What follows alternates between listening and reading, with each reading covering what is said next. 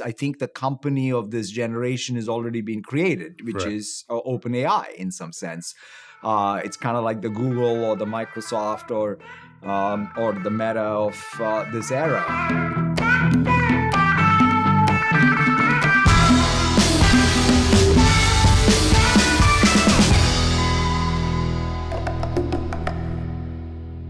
Well, it's great to be with you. You know, when Bill and I were talking, Satya, and looking back at your tenure as CEO, it was really quite astonishing. You know, you started at Microsoft in 1992. For those who may not know, you took over online in 2007. You launched Bing Search in 2009. You took over servers and launched Azure in 2011. And you became CEO in 2014, and it was just before that a pretty now well-known essay entitled The Irrelevance of Microsoft had just been published. Now, since then, you've taken Azure from $1 billion to $66 billion run rate. The total revenues of the business are up 2.5x. The total earnings are up over 3x. And the share price is up almost 10x. You've added almost $3 trillion of value to Microsoft shareholders. And as you reflect back on that over the course of the last decade, what's the single greatest change that you thought you could do then to unlock the value, to change the course of Microsoft, which has been just an extraordinary success? Yeah.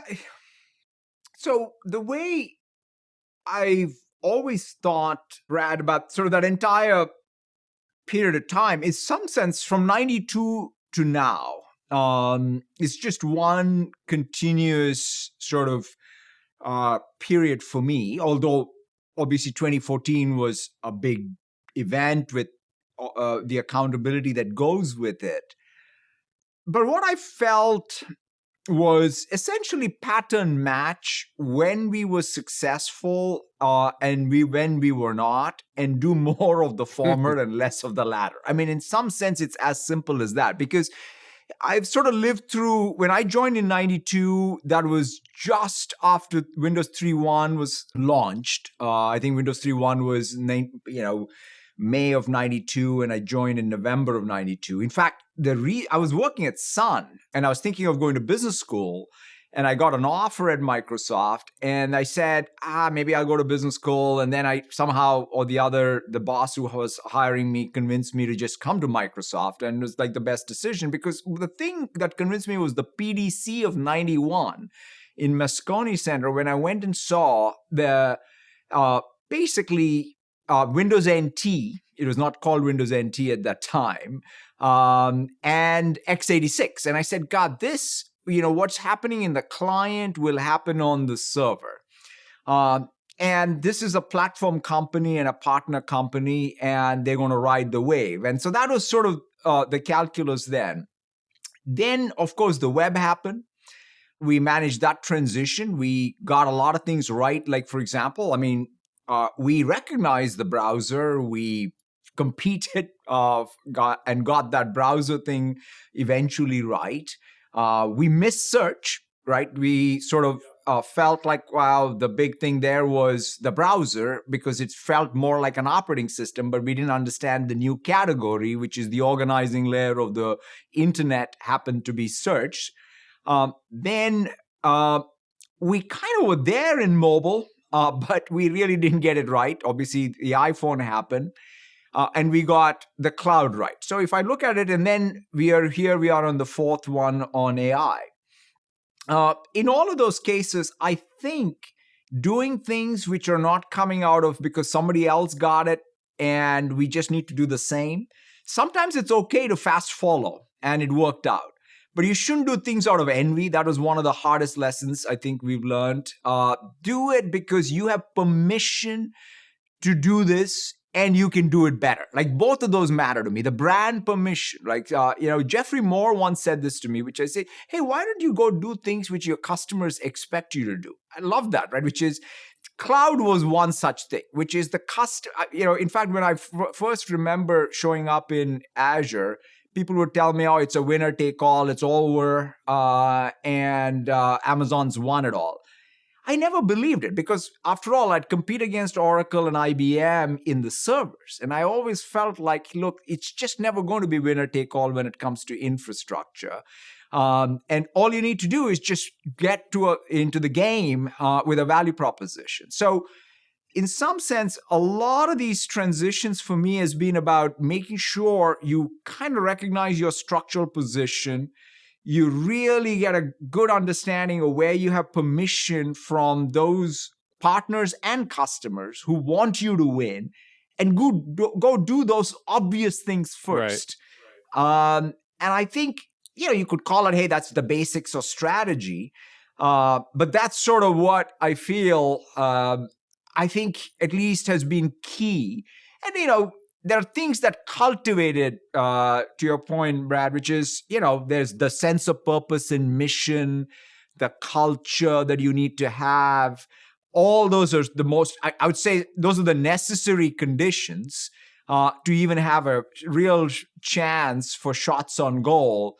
But I would just say getting that strategy right by recognizing your structural position and permission is probably what I have, hopefully done a reasonable job of. Satya, before we move on to AI, I have a couple of questions about the transition and just echoing what Brad said. I mean, I think that it's definitive that you may be the best CEO hire of all time. I mean, $3 trillion is unmatched. So one, I read an article that suggested, and maybe this isn't true, so you tell us, that you wrote a 10-page memo to the committee that was choosing the CEO.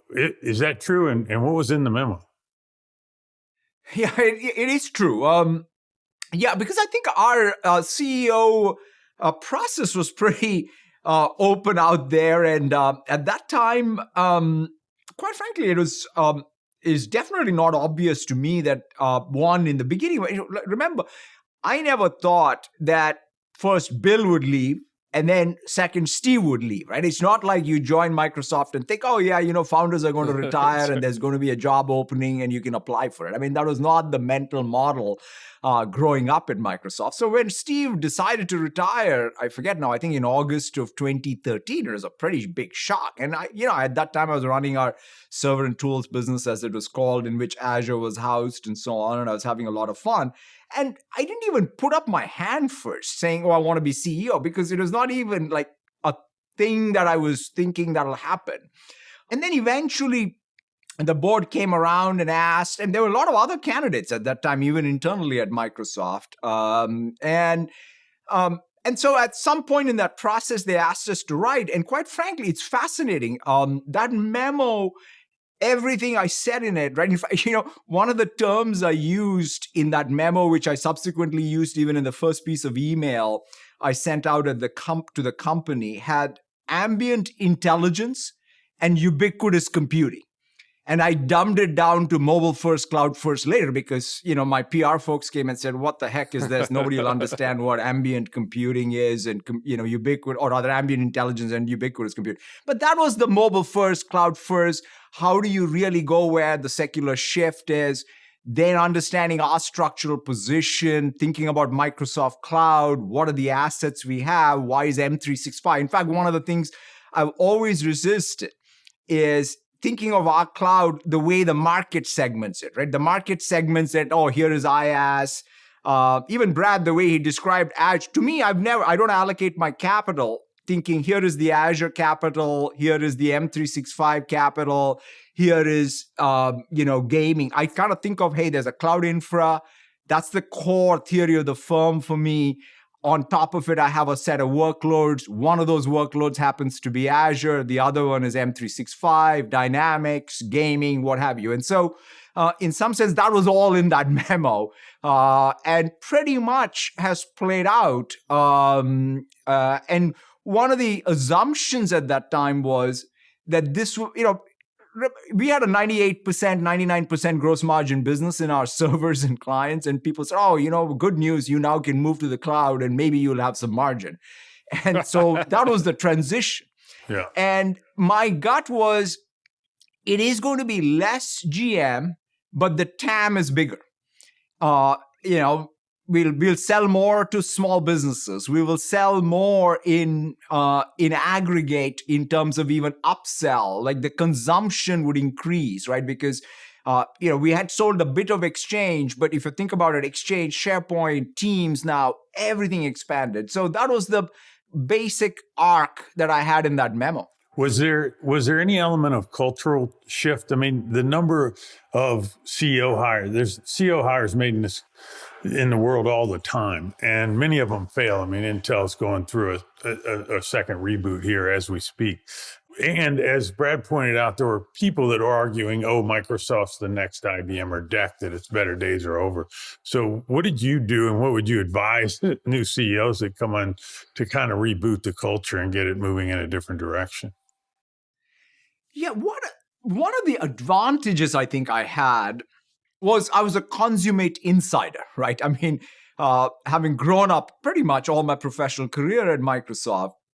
And so in some sense, if I would even criticize our culture, it was criticizing myself. So in an interest, the break I got was it never felt like somebody from the outside coming and criticizing the folks who are here, versus it's about mostly pointing the finger right back at me because I was pretty much part of the culture, right? I couldn't say anything that I was not part of. And so I felt like, to your point, Bill, I distinctly remember, I think the first time Microsoft became the largest market cap company, I remember walking around the campus, all of us, including me, we were all strutting around as if we were like, the best thing to humankind, right? And it is all our brilliance that's finally reflected in the market cap. And I somehow, it stuck with me that, God, that is the culture that you want to avoid, right? Because as I always say, from sort of ancient sort of Greece to modern Silicon Valley, there's only one thing that brings civilizations, countries, and companies down, which is hubris. And so one of the greatest breaks is my wife had introduced me to a book by Carol Dweck, a few years before I became CEO, which I read on growth mindset, more in the context of my children's education and parenting and what have you. And I said, God, this thing is like the best. All of us are always talking about learning and learning cultures and so on. And this was the best cultural meme we could have ever picked. So I attribute a lot of our success culturally to that meme because it is not, the other nice thing about that, Bill, was it is not trademarked, Microsoft, or it's not some new dogma from a CEO. It's a thing that speaks to work and life. You can be a better parent, a better partner, a better friend, a neighbor, and a manager and a leader. So we picked that, and the pithy way I've always characterized it is, hey, go from being the know-it-alls to learn-it-alls. And it's a destination you never reach, because the day you say, I have a growth mindset, means you don't have a growth mindset by definition. And so it has been very, very helpful for us. And, it's like all cultural change. You got to give it time, oxygen, breathing space. And it's both top down and bottom up, and it middles out, right? Which is, there's not a single meeting that I do with the company or even my executive staff or what have you, where I don't start with mission culture. Those are the two bookends. And I've been the other thing is, I've been super disciplined on my framework. To your point about that memo, pretty much for the last, now close to 11 years, the arc is the same. Mission culture, it's the worldview, right? That ambient intelligence, ubiquitous computing, and then the specific set of products/strategies. That frame, I pick and choose every word. I'm very, very deliberate about it. I repeat it until I'm bored stiff, but I just stay on it. Well, speaking of that, you mentioned the phase shifts that we've been through. And I've heard you say that as a large platform company, most of the value capture, right, is determined in that first 3 or 4 years of the phase shift when the market position is established, Satya. I've heard you say you basically, Microsoft was coming off of having missed search, having largely missed mobile, and I've heard you say caught the last train out of town on cloud, right? So as you started thinking about the next big phase shift, it appears that you and others in the team, Kevin Scott, sniffed out pretty early that Google was likely ahead in AI with DeepMind. You make the decision to invest in OpenAI. What convinced you of this direction, right, versus the internal AI research efforts that you had underway? Yeah, it's a great point because there are a couple of things there, right? One is we were at it on AI for a long, long time. Obviously, when Bill started MSR in 1995, I think, the first group, I mean, he was always into this natural user interface. I think the first group was speech. Rick Rashid came. There was, in fact, Kai-Fu worked here. And, we had a lot of, I would say, focus on trying to crack natural user interface. Language was always something that we cared about, right? In fact, even Hinton worked, like some of the early work in DNNs happened when he was in residency in MSR. And then Google hired him. So we missed, I would say, even in the early 2010s, some of what could have been doubling down around the same time that Google doubled down and bought even DeepMind, right? And so that actually bothered me quite a bit. But I always wanted to focus, like, for example, Skype Translate was one of the first things I focused on because that was a pretty cool, like that was the first time you could see transfer learning work, right? Which is you could train it on one language pair and it got better on another language, right? That was the first place where we could say, wow, machine translation is also with DNNs, like it's different. And so ever since I've been obsessed with language, and along with Kevin, in fact, the first time, actually Elon and Sam, they were looking for obviously Azure credits and what have you. And we gave them some credits. And that time they were more into RL and Dota 2 and what have you. And that was interesting. And then we stopped for, I forget even exactly what happened. And then they, I think, went to GCP. And then they came back to talk about sort of what they wanted to do with language. That was the moment, right, which they talked about transformers and natural language. And because I always felt like, look, because that's, to me, our core business. And it goes back a little bit to how I think, which is what's our structural position? I knew always that if there was a way to have a nonlinear breakthrough in terms of some model architecture that sort of exhibited like one of the things that Bill, you'd always say throughout our career here was there's only one category in digital. It's called information management. The way he thought about it was you schematize the world, right? Take people, places, things, just build a schema, right? We went down many ways. There was this very infamous project called WinFS at Microsoft, which was all about schematize everything. And then, you'll make sense of all information. And it's just impossible to do. And so therefore you needed some breakthrough. And we said, maybe the way to do that is how we schematize. After all, the human brain does it through language and inner monologue and reasoning. And so therefore, anyway, so that's what led me to OpenAI. And quite frankly, the ambition that Sam and Greg and team had.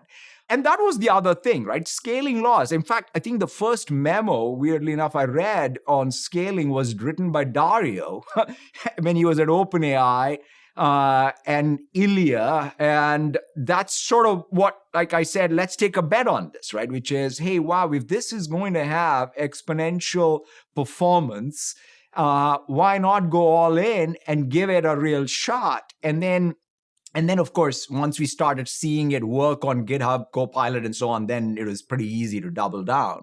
But that was the intuition. One of the things that has happened, I think, in previous phase shifts is some of the incumbents don't get on board fast enough. You even talked about Microsoft perhaps missing mobile or search or that kind of thing. I could argue, especially since I'm old and I've seen these shifts, that everyone's awake on this one. It's the most awake. Like it's heavily choreographed. Everyone's maybe at the starting line at almost the same time. I'm curious if you agree with that and how you think about the key players in the race, Google, Amazon, Meta with Llama, Elon is entered the game.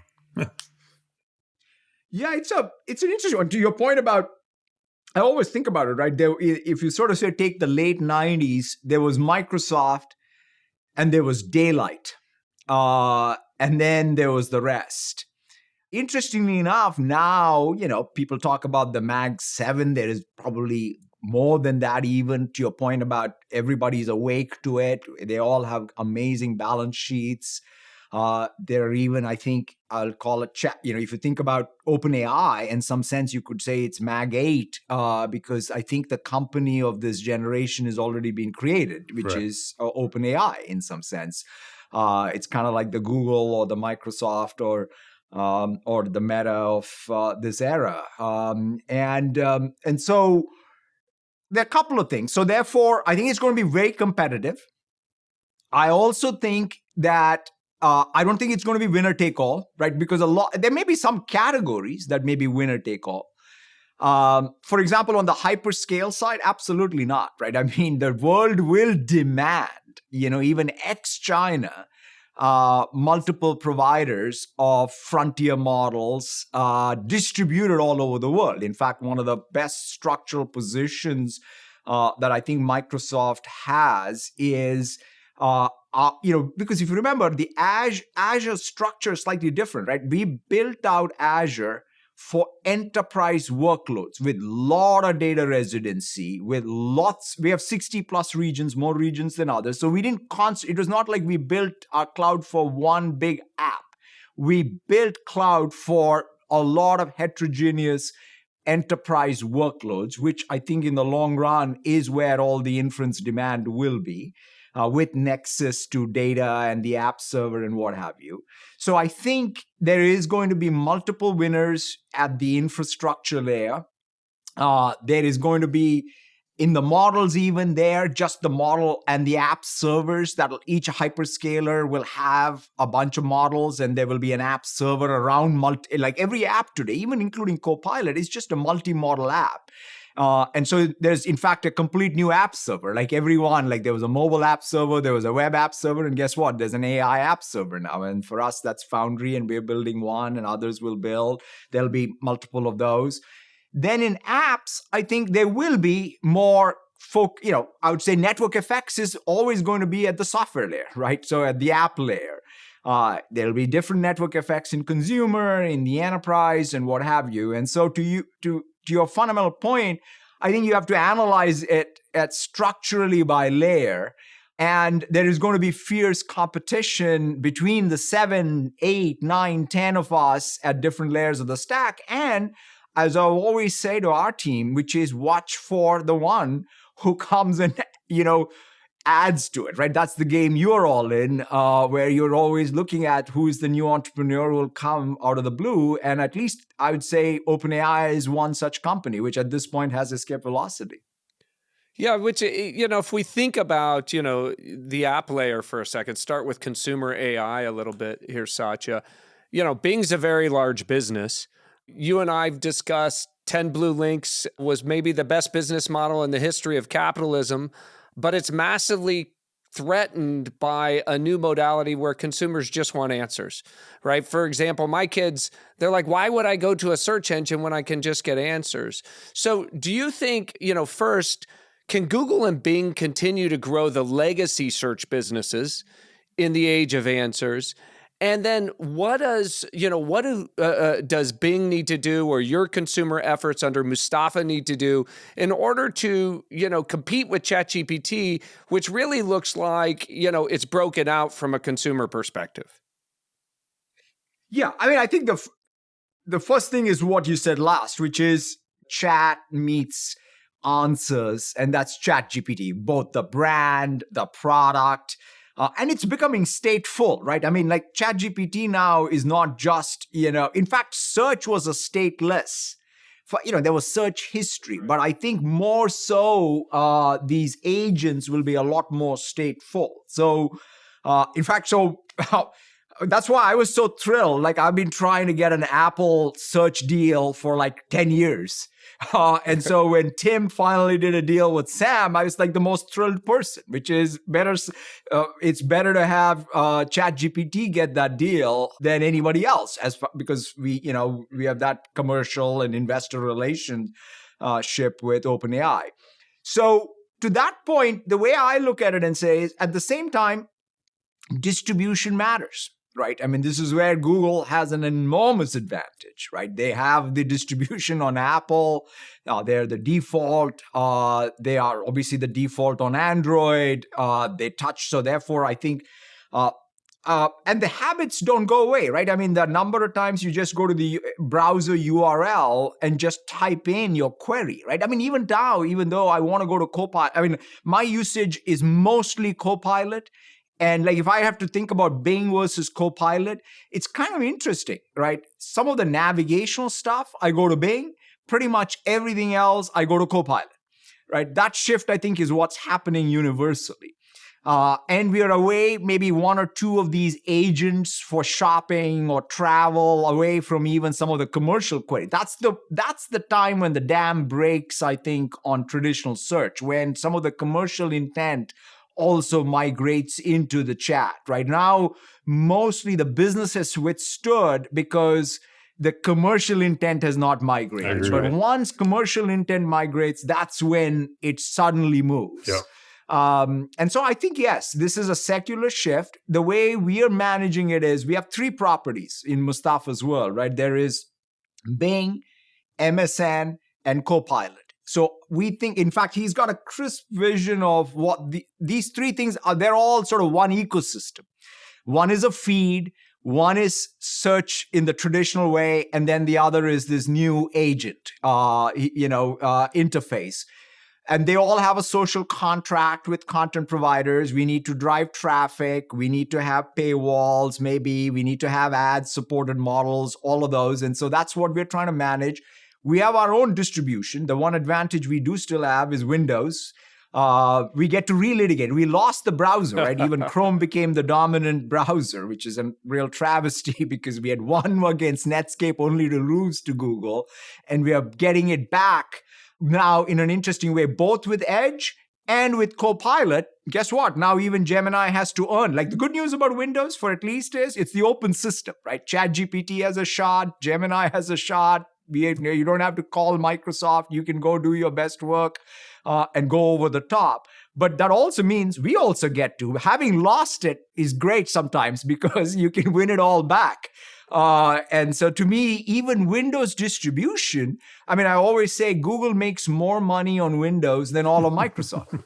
I mean, literally. I mean, and I say, wow, this is the best news for Microsoft shareholders, that we lost so badly that we can now go contest it and win back some share. Hey, Satya, one thing everybody's talking about these agents, and if you just kind of think forward in your mind a bit, you can imagine all kind of players wanting to enact action on other apps and other data that may be on a system. And, Microsoft's in an interesting position because you control the Windows ecosystem, but you have apps on like the iPhone ecosystem or the Android ecosystem. And how do you think about, and this is, partially in terms of service question, partially a partnership question, will Apple allow Microsoft to control other apps on iOS? Will Microsoft let ChatGPT instantiate apps and take data from apps on Windows OS? I mean, you get the question. It goes all the way to when you start thinking about search and commerce, like, will Booking.com let, Gemini run transactions on it without their permission or knowledge? Yeah, I think that this is the most interesting question, right? I mean, to some degree, it's unclear exactly how this will happen. There is a slight, very old school way of thinking about some of this, which is, if you remember, how did business applications of various kinds manage to do interop, right? They did manage manage that interop using connectors, and people had connector licenses. So there was a business model that emerged, right? I mean, SAP was one of the most classic ones where, you could say, hey, you can access SAP data as long as you had connectors. So there's a part of me which says something like that will emerge as when agent to agent interface occurs. It's unclear exactly what happens in consumer, because consumer, the value exchange was a lot of, advertising and traffic and what have you. Some of those things go away in an agentic world. So I think the business model is slightly unclear to me on the consumer side. But on the enterprise side, I think what will happen is everybody will say, hey, in order for you to either action into my action space or to get data out of my sort of schema, so to speak, there is some kind of an interface to my agent that is licensed, so to speak. And I think that that's a reason. Like today, for example, when I go to CoPilot at Microsoft, I have connectors into Adobe, into my instance of SAP, obviously our instance of CRM, which is Dynamics. So it's fascinating. In fact, when was the last time any of us really went to a business application, right? We license all these SaaS applications, we hardly use them, and somebody in the org is sort of inputting data into it. But in the AI age, the intensity goes up because all that data now is easy, right? Your query away. I can literally say, hey, I'm meeting with Bill. Tell me about all the companies that Benchmarks invested in. It's both taking the web, anything that's in my CRM database, collating it all put together, giving me a note, what have you. So to some degree, all that, I think, can be monetized by us and by even these connectors. But more explicitly, like the thing that could happen really quickly, because there's been talk about it, like would you allow ChatGPT on the Windows OS to just start opening random apps and taking... Now, that's an interesting one, right? So that over-the-top computer use, who is going to permit that, right? So which is it the user or is it the operating system? Like on Windows, there is quite frankly not anything I can do to prevent that other than some security guardrails, right? So I could sort of definitely, because I think if they became one of my big fears is the security risk. Right. Right, if some malware got downloaded and that malware started sort of actioning stuff, right, that's when it's really dangerous. So I think those are the ones that we will build into the OS itself, right? Which is some elevated access and privilege that this computer use stuff happens. But at the end of the day, the user will be in control on an open platform like Windows. And I'm sure Apple and Google will have a lot more control, so they won't allow it. And so that's, in some sense, you could say that's a advantage they have, or depending on how AT rules on all of those, ultimately it'll be an interesting thing to watch. You can flip that around and then we can move on. But would you allow the Android OS or let's just call it the Android AI or the iOS AI to read email, through a Microsoft client on that smartphone? Yeah, I mean, we kind of for example, one of the things I always think about is, I don't know whether that was value leaking or did it actually help us, right? Which is we licensed the sync for Outlook to Apple for Apple Mail. It was it was an interesting case. And I think that there was a lot of value leaked, perhaps, but at the same time, I think that was one of the reasons why we were able to hold on to Exchange, right? It would have been doubly problematic. Understood. If we had not done that. And so one of the things I think is, going to your point, Bill, if we are building out, the reason we are going to do this is we have to have a trust system around Microsoft 365. We just cannot sort of say, hey, any agent comes in and does anything, because after all, first, it's not our data, it's our customers' data, right? It'll be, and so therefore, the customer will have to permit it. The IT folks in the customer will have to permit it. It's not like some blanket flag I can set. And then the second thing is, it has to have a trust boundary. So I think what we will do is, it's kind of, it's an interesting way, it's kind of like what Apple Intelligence is doing. think of it as we will do that around M365. I So played if with you it go a through lot today. I'd highly recommend people download it. It's super interesting. Yeah. So, Satya, clicking on this, Mustafa has said that 2025 will be the year of infinite memory. And Bill and I have talked a lot, dating back to the start of this year, that we think the next 10x function, it sounds like you agree, on ChatGPT is really, this persistent memory combined with being able to take some actions on our behalf. So we're already seeing the starts of memory. And I'm pretty convinced as well that 2025, it seems like that one's pretty well solved. But this question of actions, when am I going to be able to say to ChatGPT, book me the Four Seasons in Seattle next Tuesday at the lowest price, right? And Bill and I, have gone back and forth on this one. And it would seem that computer use is the early, test case for that. But do you have any sense? Does that seem like a hard one from here to you? Yeah, I mean, the most open-ended action space is still hard. But to your point, there are two things or maybe three things that are really exciting beyond, I'll just say, I'm sure we'll talk about it, the scaling laws itself and capabilities of the raw models. One is memory. The other is tools use or actions. And the other one I would say is even entitlements, right? Which is, what can you one of the most interesting products we have even is Purview inside of Microsoft, because increasingly, what do you have permissions to? What can you get? You have to be able to access things in a safe way. Somebody needs to have governance on it and what have you. So if you put all those three things together, and this agent is going to then be more governable, and when it comes to actions, it is verifiable, and then it has memory, then I think you're off to a very different place where for doing more autonomous work, so to speak. I still think one of the things I always think is your build. I like this CoPilot as the UI for AI, because even in a fully autonomous world, from time to time, you'll raise exceptions, you'll ask for permission, you'll ask for invocation, what have you. And so therefore, this UI layer will be the organizing layer. In fact, that's kind of why we think of CoPilot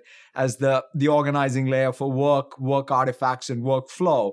But to your fundamental point, I don't think the models, like take even 4.0, right? Not even going to 0.1. 4.0 is pretty good with function calling. So you can do in the enterprise setting significant more so than consumer, because consumer web function calling is just hard.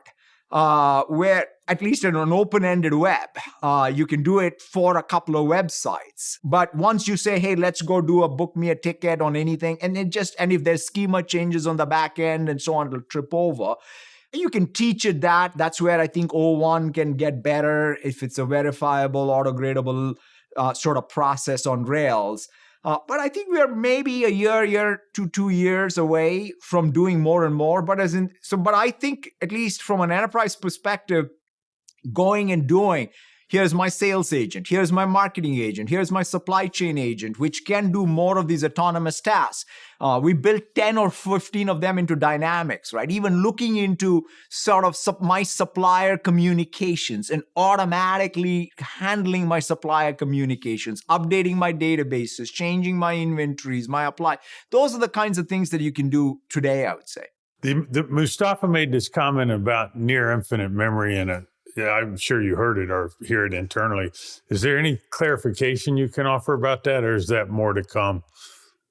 I think that, at some level, the idea that you have essentially a type system for your memory, right? That's the thing, right? Which is, it's not like every time I start, you have to organize. I get the idea. He made it sound like you guys had an internal technical breakthrough on this front.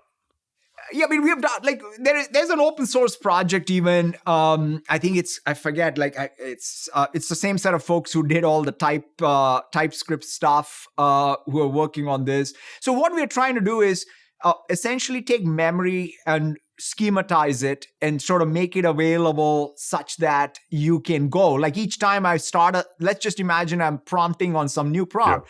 I know how to cluster based on everything else I've done. And then that type matching and so on, I think is a good way for us to build up a memory system. So shifting maybe to enterprise AI, Satya, the Microsoft AI business is already reported to be about $10 billion. You've said that it's all inference, and that you're not actually renting raw GPUs to others to train on because your inference demand is so high. So as we think about this, there's a lot of, I think, skepticism out there in the world as to whether or not major workloads are moving. And so if you think about the key revenue products that people are using today and how it's driving that inference revenue for you today and how that may be similar or different from Amazon or Google, I'd be interested in that. Yeah, I think that's a good. So the way for us this thing has played out is you got to remember most of our training stuff with OpenAI is sort of more investment logic, right? So it's sort of not in our quarterly results. It's more in the other income based on our investment. So so that means the only thing that shows up in revenue or loss, other income or loss, right? That is right. That is right. Right now, that's how it shows up. And so most of the revenue or all the revenue is pretty much our API business, or in fact, to your point, ChatGPT's inference costs are there, right? So that's a different piece. Right. And so the fact is, the big hit apps of this era are what? ChatGPT, CoPilot, GitHub CoPilot, and the APIs of OpenAI and Azure OpenAI, right? So in some sense, if you had to list out the 10 most sort of hit apps, these would probably be in the 4 or 5 of them. And so therefore, that's the biggest driver. The advantage we have had, and OpenAI has had, which is we've had 2 years of runway, right? Pretty much uncontested. To your point, Bill made the point about, hey, everybody's awake, and it might be, I don't think there will be ever again maybe a 2-year lead like this. Who knows? It's all, you say that and somebody else, drops some sample and suddenly blows the world away. But that said, I think it's unlikely that type of, lead could be established with some foundation model.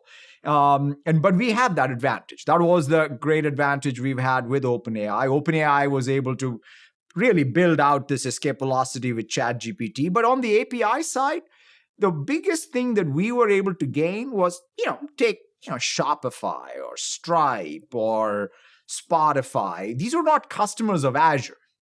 They were all customers of GCP, or they were customers of AWS. So suddenly we got access to many, many more logos who are all quote unquote digital natives who are using Azure in some shape or fashion and so on. So that's sort of one.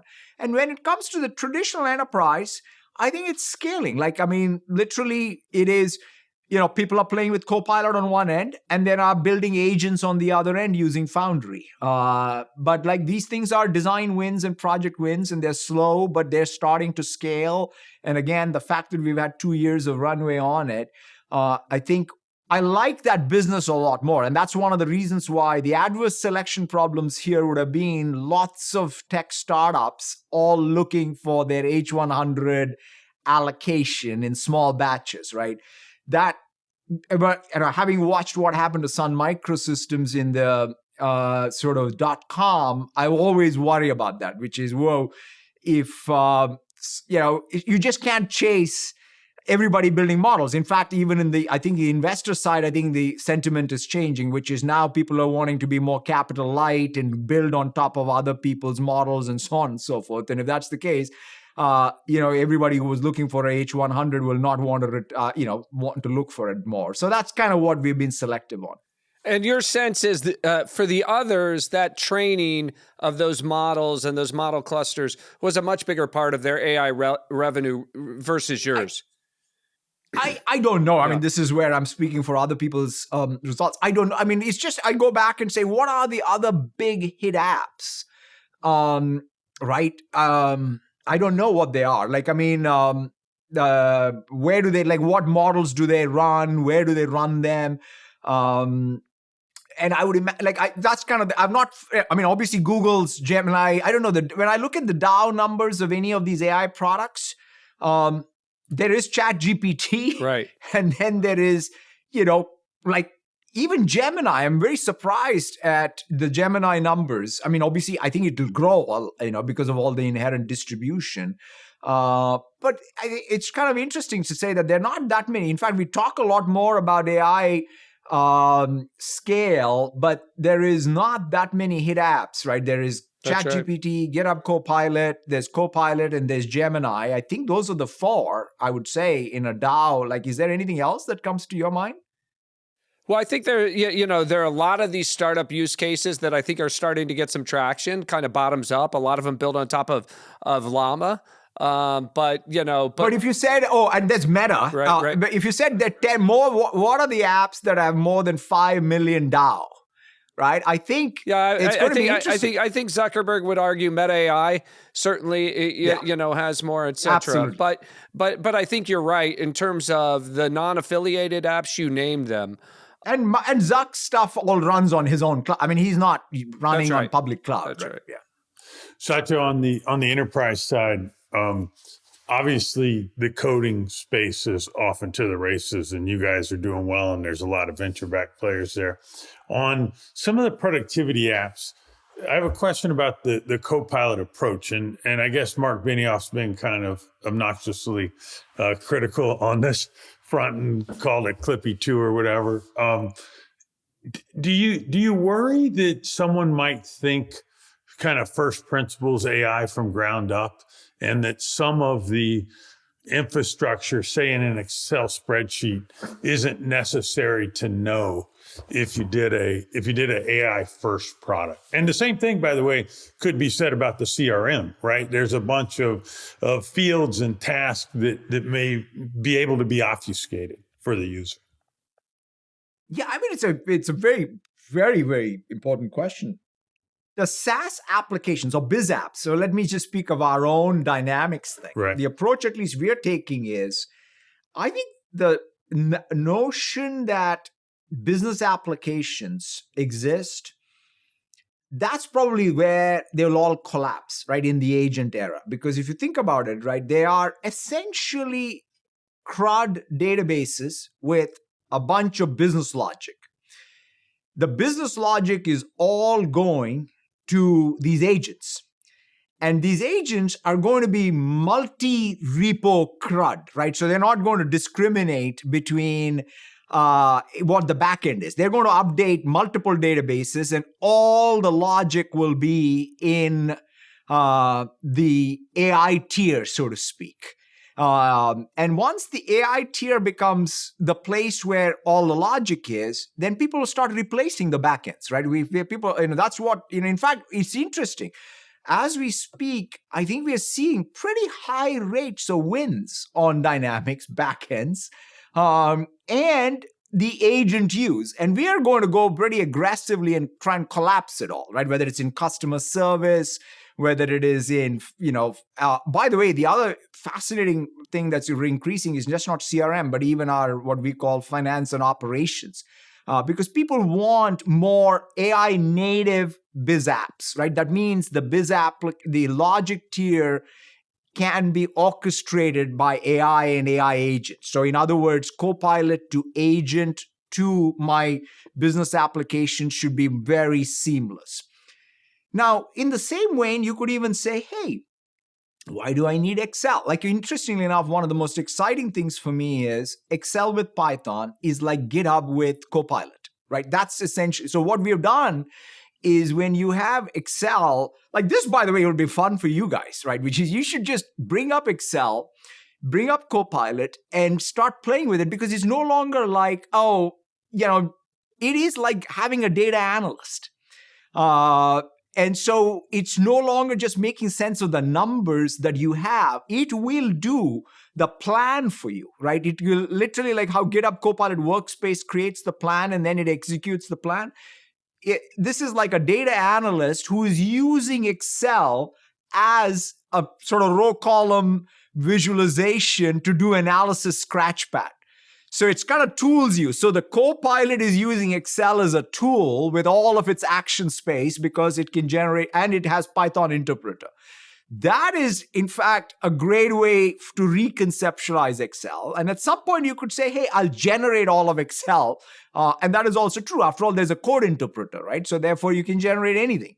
And so, yes, I think there will be disruption. But so the way we are approaching at least our M365 stuff is, one is build CoPilot as that organizing layer, UI for AI. Get all agents, including our own agents. You can say the Excel is an agent to my CoPilot. Word is an agent. It's kind of specialized canvases, which is, I'm doing a legal document. Let me take it into Pages and then to Word, and then have the CoPilot go with it. Go into Excel and have the CoPilot go with it. And so that's sort of a new way to think about the work and workflow. You know, one of the questions I hear people wringing their hands about a lot today, Satya, is the ROI people are making on these investments. You know, you have over 225,000 employees. Are you leveraging AI to increase productivity, reduce costs, drive revenues in your own business? If so, kind of what are the biggest examples there? You know, and maybe to a finer point on that, you know, when we had Jensen on, I asked him, you know, when he 2 or 3x'd his top line, what did he expect his headcount to increase by? And he said 25%. And when asked why, he said, well, I'll have 100,000 agents helping us do the work. So when you 2 or 3x your revenue for Azure, you know, do you expect to see that similar type of leverage on headcount? Yeah, I mean, it's top of mind, and top of mind for both us at Microsoft as well as our customers. Here's the way I come at it. I love this thing of, I've been going to school on learning a lot about what happened in industrial companies with lean. Yeah. Right? I mean, it's fascinating, right? They're all GDP plus growers. It's unbelievable. Like, I mean, the discipline they have in how the good industrials can literally say, hey, I'll add 2 to 3, 100 basis points of tailwind just by lean, which is increase value, reduce waste, right? That's the practice. So I think of AI is the lean for knowledge work. We are really going to school on it, which is how do we really go look at, that's why I think, the good old, we remember in the 90s, we had all this business process re-engineering. I think it's back in a new way where people who can think end-to-end process flows and say, hey, what's the way to think about the process efficiency? What can be automated? What can be made more efficient? So that's a little bit of, I think. So customer service is the obvious one. We are on course. We spend around $4 billion or so. This is everything from Xbox support to Azure support.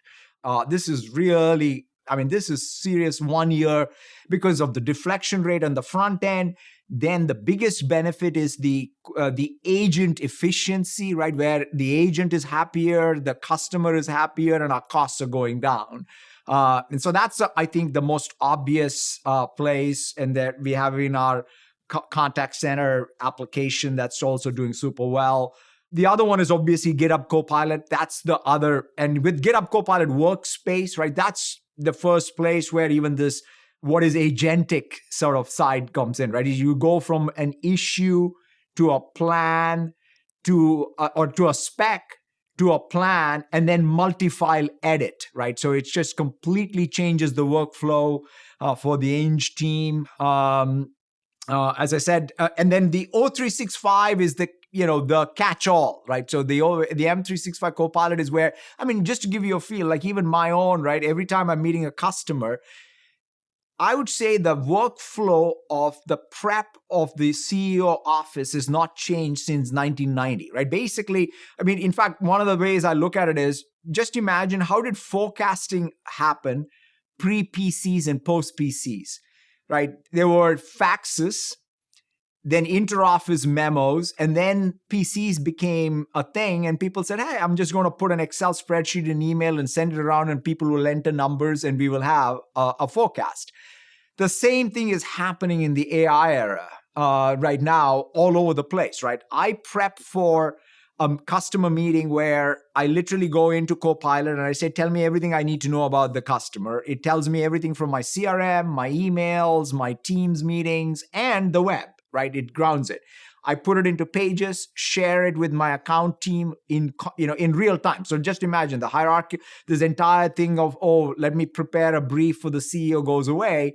It's just a query away. I generate a query, share a page if they want to annotate it. So I am reasoning with AI and collaborating with my colleagues, right? That's the new workflow. And that's happening all over the place. Somebody gave me this example from supply chain.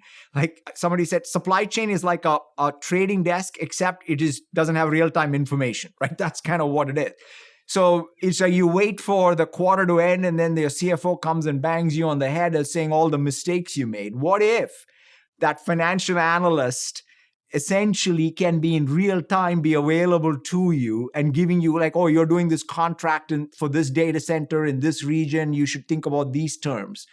All that intelligence in real time is changing the workflow and work artifacts. So lots and lots of use cases all around. And I think to your fundamental point, our goal is to kind of create operating leverage through AI, right? So I think headcount will, in fact, one of the ways I look at it and say is our total people costs will go down, our cost per head will go up, and my GPU per researcher will go up. Yes. That's kind of the way I look at it. That makes sense. Hey, let's shift ahead to something that you referenced earlier, just around what we're seeing out of model scaling and CapEx generally. I've heard you talk about Microsoft's CapEx. I imagine in 2014, when you took over, you had no idea that the CapEx would look like it does today. In fact, you've said it looks increasingly, these companies look more like industrial company CapEx than traditional software companies. Your CapEx gone from about 20 billion in 2020 to maybe as high as 70 billion in 2025. You've earned a pretty consistent return on that CapEx, right? So there's actually a very high correlation when you look at your CapEx to revenue. Some people are worried that correlation will break. And even you have said, maybe at some point there's going to be, CapEx is going to have to be spent ahead of the revenue. There may be an air pocket. We have to build for this resiliency. So how do you feel about the level of CapEx? Does it cause you any sleepless nights? And when does it begin to taper off, in terms of this rate of growth? Yeah, I mean, a couple of different things, right? One is, this is where being a hyperscaler, I think structurally is super helpful, because in some sense, we've been practicing this for a long time, right? Which is hey, data centers have 20-year life cycles, power you pay only when you use, the kits are 6 years, how to sort of drive utilization up. And the good news here is it's kind of like capital intensive, but it's also software intensive. And you use software to bring the ROIC of your capital higher, right? That's kind of like when people even in the early days said, hey, how can like a hyperscaler ever make money? Because what's the difference between old hosters and the new hyperscalers? It is software, right? And that I think is what's going to apply even to this GPU physics even, right? Which is, hey, you build it out. In fact, one of the things that's happening right now is what I'll call catch up, right? Which is we built, after all, over the last 15 years, the cloud. Suddenly a new meter showed up in the cloud. It's called the AI accelerator, because every app now needs a database, a Kubernetes cluster, and a model that runs on an AI accelerator, right? So if you sort of say, oh, I need all three, you suddenly had to build up these AI accelerators in order to be able to provision for all of these applications. So that will normalize. So the first thing is the build out will happen, the workloads will normalize, and then you will just keep growing like the cloud has grown. So that's sort of the one side of it. And that's where avoiding some of these adverse selection issues, making sure it's not just all supply side, everybody's sort of building, only hoping demand will come, just making sure that there is real diverse demand all over the world, all over the segments. I watch for all of that. So I think that's the way to manage the ROIC. And by the way, the margins will be different, right? This goes back to the very early dialogue we had on when I think about the Microsoft Cloud, the margin profile of a raw GPU versus the margin profile of Fabric plus GPU or Foundry plus GPU, or chat, or GitHub Copilot add-on to M365. So they're all going to be different. And so if you're having a portfolio matters here, right? Because if I look at even why does Microsoft have a premium today in the cloud? We are bigger than Amazon, growing faster than Amazon, with better margins than Amazon, because we have, all these layers. And that's kind of what we want to do even in the AI era. Satya, there's been a lot of talk about model scaling. And obviously there was talk historically about kind of 10xing the cluster size that you might do over and over again, not, once and then twice. And X.AI is still making noise about going in that direction. There was a podcast recently where they kind of flipped everything on their head and they said, well, if we're not doing that anymore, it's way better because we can just move on to Inference, which is getting cheaper, and you won't have to spend all this CapEx. I'm curious. Those are two kind of views of the same coin, but what's your view on large LLM model scaling and training costs and where we're headed in the future? Yeah, I'm a big believer in scaling laws, I'll sort of first say. And in fact, if anything, the bet we placed in 2019 was on scaling laws, and I stay on that, right? Which is, in other words, don't bet against scaling laws. But at the same time, let's also be grounded on a couple of different things. One is, these exponentials on scaling laws will become harder just because as the clusters become harder, everything. The distributed computing problem of doing large scale training becomes harder. And so that's kind of one side of it. So there is, but I would just still say, and I'll let the OpenAI folks speak for what they're doing, but they are, continuing to, pre-training, I think, is not over. It sort of continues. But the exciting thing, which again OpenAI has talked about, and Sam has talked about, is what they've done with O1, right? So this chain of thought with auto grading and is just a fantastic. In fact, basically it is test time compute or inference time compute as another scaling law, right? So you have pre-training and then you have effectively this test time sampling that then creates the tokens that can go back into pre-training, creating even more powerful models that then are running on your inference, right? So therefore, that's, I think, a fantastic way to increase model capability. So the good news of test time or inference time compute is sometimes, running of those O1 models means there's two separate things. Sampling is kind of like training when you're using it to generate tokens for training, for your pre-training. But also customers, when they are using O1, they're using more of your meters. And so you are getting paid for it. And so therefore, there is more of an economic model, right? So therefore, I like it. In fact, that's where I said I have a good structural position with 60 plus data centers all over the world. Right, it's a different hardware architecture for one of those scaling versus the other, for the pre-training versus. Exactly. And I think the best way to think about it is it's a ratio, right? So going back to sort of Brad's thing about ROIC, this is where I think you have to sort of really establish a stable state. In fact, whenever I've talked to Jensen, I think he's got it right, which is, look, you kind of want to buy some every year, not buy one. Like, think about it, right? When you depreciate something over 6 years, the best way is what we have always done, which is you buy a little every year and you age it, right? You use the leading node for training, and then the next year it goes into inference. And that's sort of the stable state I think we will get into across the fleet for both utilization and the ROIC, and then the demand meets supply. And like basically, to your point about everybody saying, oh, wow, have the exponentials stopped? One of the other things is the economic realities will also sort of stop, right? I mean, at some point, everybody will look and say, what's the economically rational thing to do? I agree. Which is, hey, even if I double every year's capability, but I'm not able to sell that inventory. And the other problem is the winner's curse, right? Which is, if you don't even have to publish a paper. The other folks have to just look at your capability and do either a distillation. Yeah. It's just impossible. It's kind of like piracy, right? I mean, you can sort of all kinds of terms of use, but it's impossible to control distillation. That's one. Second thing is, you don't even have to do anything. You just you reverse engineer that capability and you do it in a more compute efficient way.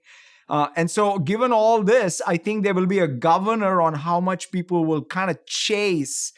Right now, a little bit of it, everybody wants to be first. It's great, but at some point, all the economic reality will set in on everyone. And the network effects are at the app layer. So why would I want to spend a lot on some model capability if the network effects are all on the app layer? What I heard you say, I believe, so Elon has said that he's going to build 1 million GPU cluster. I think Meta has said the same thing.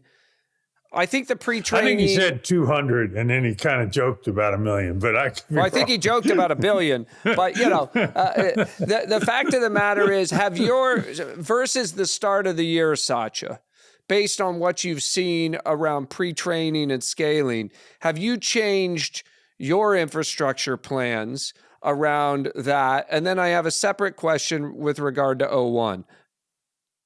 I am building to what I would say is a way, like a little bit of the 10x point, right? Which is, hey, how do we can argue the duration. Like, is it every 2 years? Is it every 3 years? Every 4 years? There is an economic model. And this is where I think a little bit of disciplined way of thinking about how do you clear your inventory such that it makes sense, right? Which is, or the other way is the depreciation cycle of your kit, right? There is no way you can sort of buy, you can unless you find the physics of the GPU works out where suddenly it flows through my P&L and it's actually, it's in the same or better margin than a hyperscaler. That's simple. Like, so that's kind of what I'm going to do. I'm going to keep going and building basically to, hey, how do I drive inference demand and then keep increasing my capability and be efficient at it?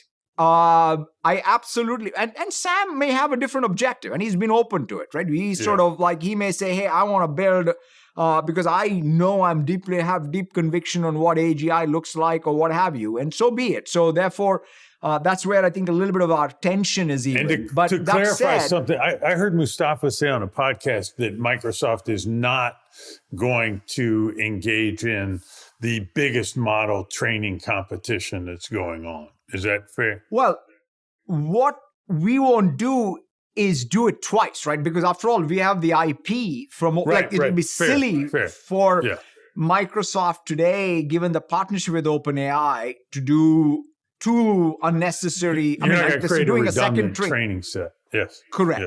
So we are and that's why we have considered, and by the way, that's the strategic discipline we have had, right? Which is, that's why, I always stress to Sam, like, we bet the farm on OpenAI and said, hey, we will concentrate our compute. And we did it because we had all the rights to the IP. And so that's sort of the give gets on it. And we feel fantastic about it. And so then what Mustafa is basically saying is, hey, we will also do, in fact, a lot of focus on our end is post-training and even on the verification or what have you. So that's a big thing. So we'll focus a lot of our compute resources on adding more model adaptations and capabilities that make sense, while also having a principled pre-training stuff that sort of gives us capability internally to do things. We anyway have different model weights and model classes for different use cases that we will continue to go ahead and develop as well. Does your answer to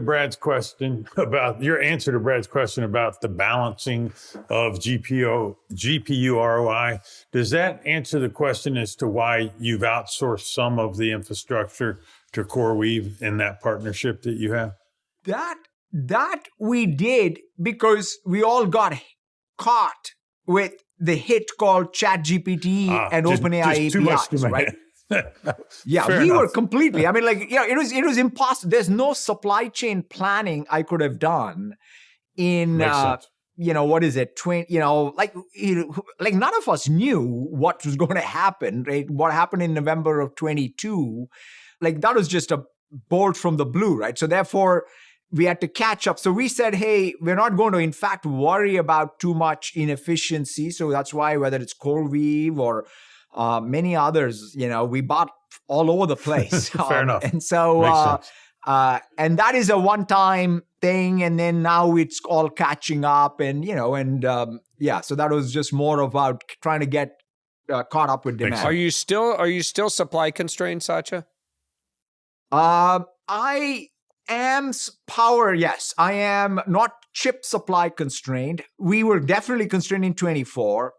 What we have told the street is that's why we are optimistic about sort of the first half of 25, which is the rest of our fiscal year. And then after that, I think we'll be in better shape going into 26 and so on. We have good line of sight. So I'm hearing with respect to this level 2 thinking, the O1 test time compute, post training work that's being done on that is leading to really positive outcomes. And when you think about that, that's also pretty compute intensive because you're generating a lot of tokens, you're recycling those tokens back into the context window, and you're doing that time and time again. And so that compounds very quickly. Jensen said he thought looking at O1, the inference was going to 1 million or 1 billion X, just that it was the demand for inference is going to go up dramatically. In that regard, do you feel like you have the right long-term plan to scale inference to keep up with these new models? Yeah, I mean, I think there are two things there, Brad, which is, in some sense, it's very helpful to think about the full workload there. The full workload, like in the agentic world, you have to have the AI accelerator. One of the fastest growing things of, in fact, OpenAI itself is the container service. Because after all, these agents need a scratch pad for doing some of those auto grading even, to generate the samples, right? And so that is like where they run a code interpreter. And that, by the way, is a regular Azure Kubernetes cluster. So in an interesting way, there's a ratio of even what is regular Azure compute and its nexus to the GPU, and then some data service. So to your point, it's not, when we say inference, that's why I look at it and say there's, people think about AI as separate from the cloud. AI is now core part of the cloud. And I think in a world where every AI application is a stateful application, it's an agentic application, that agent performs actions, then classic app server plus the AI app server plus the database are all required. And so I go back to my fundamental thing, which is, hey, we built this 60 plus Azure regions. They all will be ready for full-on AI applications. And that's, I think, what will be needed. That makes a lot of sense. So let's talk a little bit. We've talked around OpenAI a lot during this conversation, but you're managing this balance between, a huge investment there and your own efforts. At Ignition, you showed a slide highlighting the differences between Azure OpenAI and OpenAI Enterprise.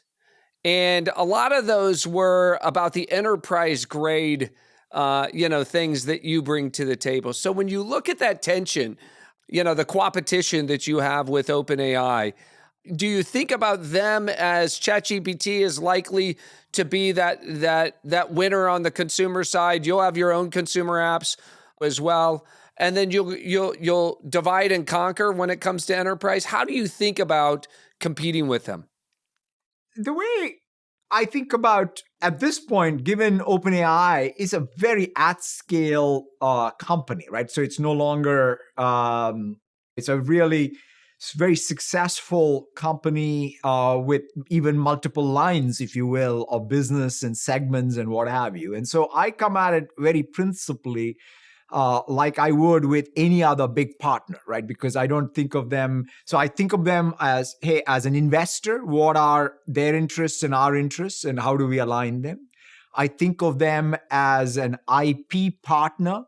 And because we give them systems IP, they give us model IP, right? So that's another side of it where we are very deeply interested in each other's success.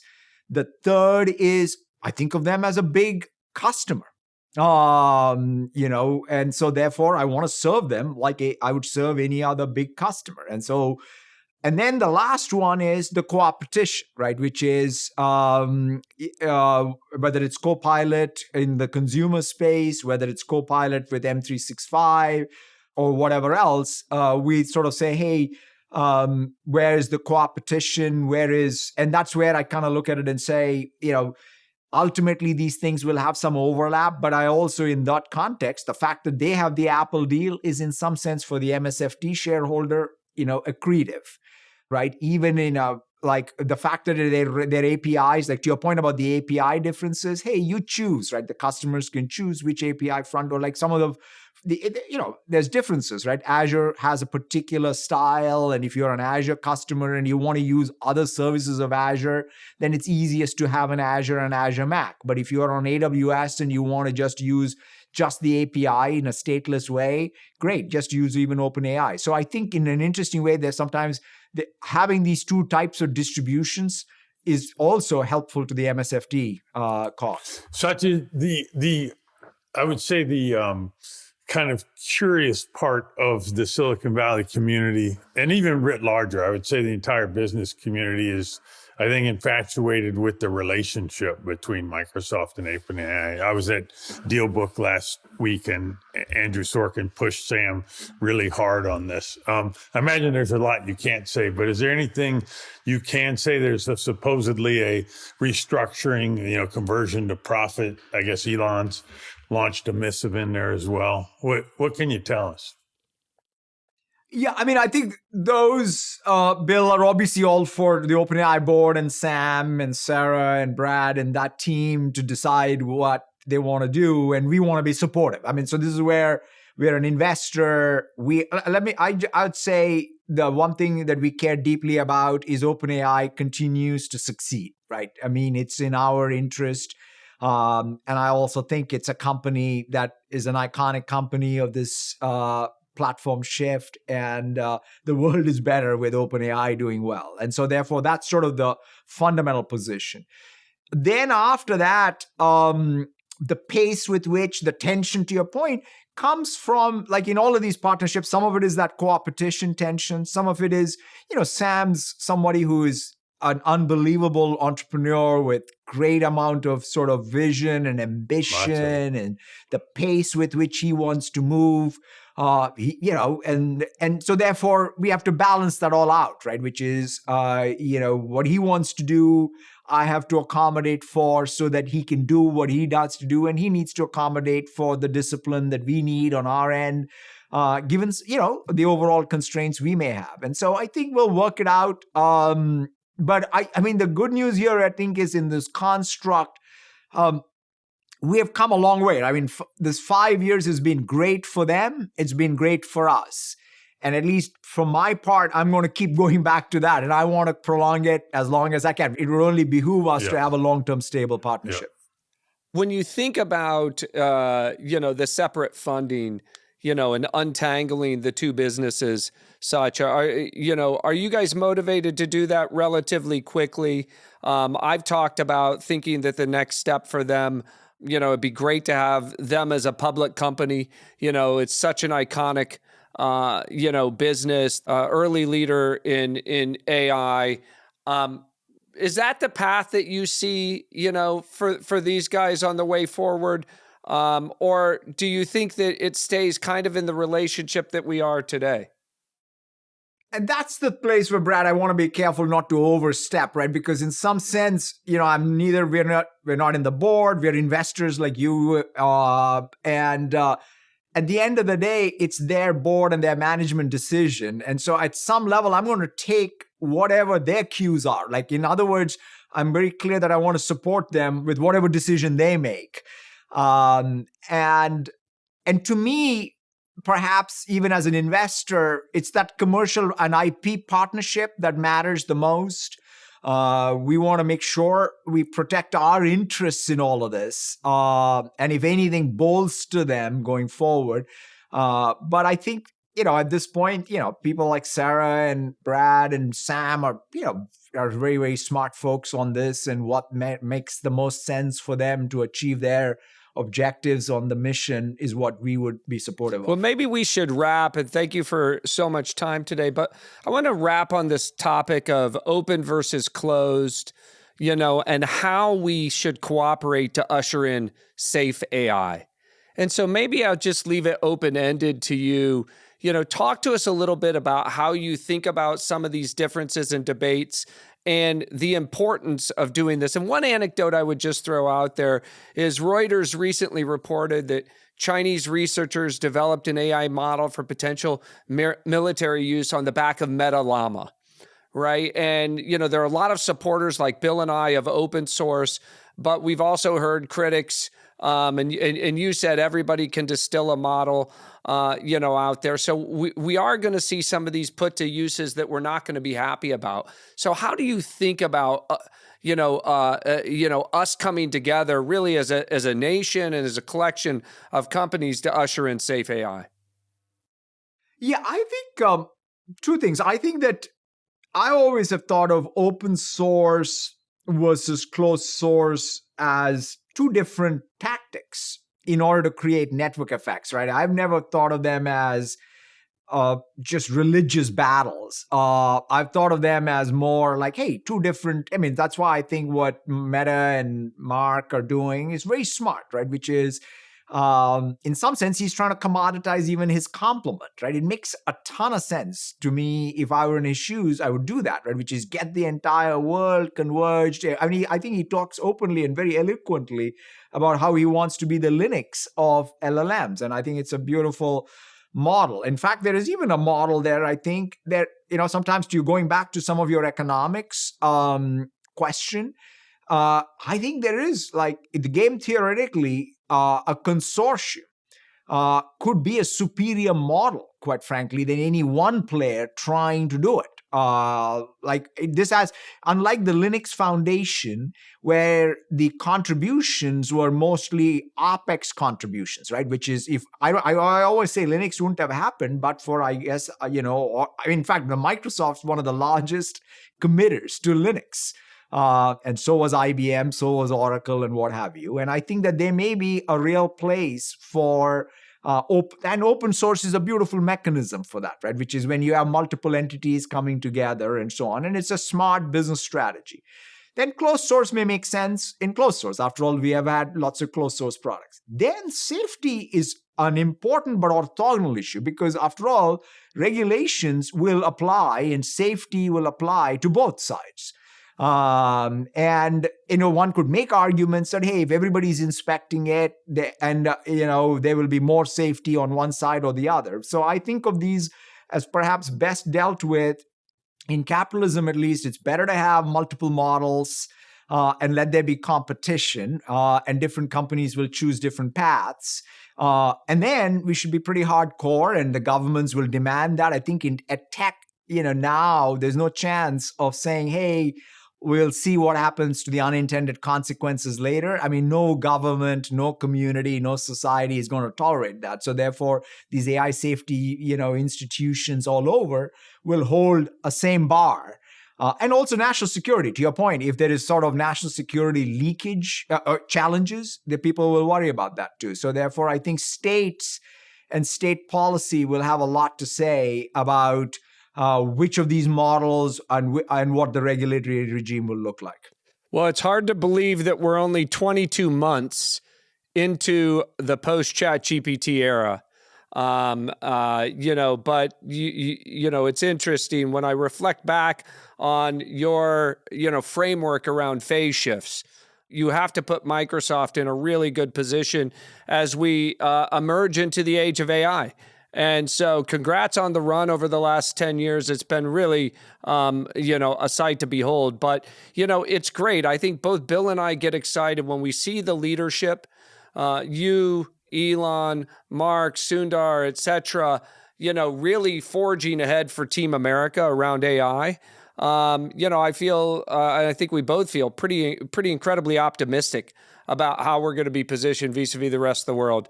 So thanks for spending some time with us. Yeah, can't thank you enough for the time, Satya. Really appreciate it. Thank you so much. Bye-bye. Thank you, Brad, Bill. Thank you. Take care, Satya. Cheers.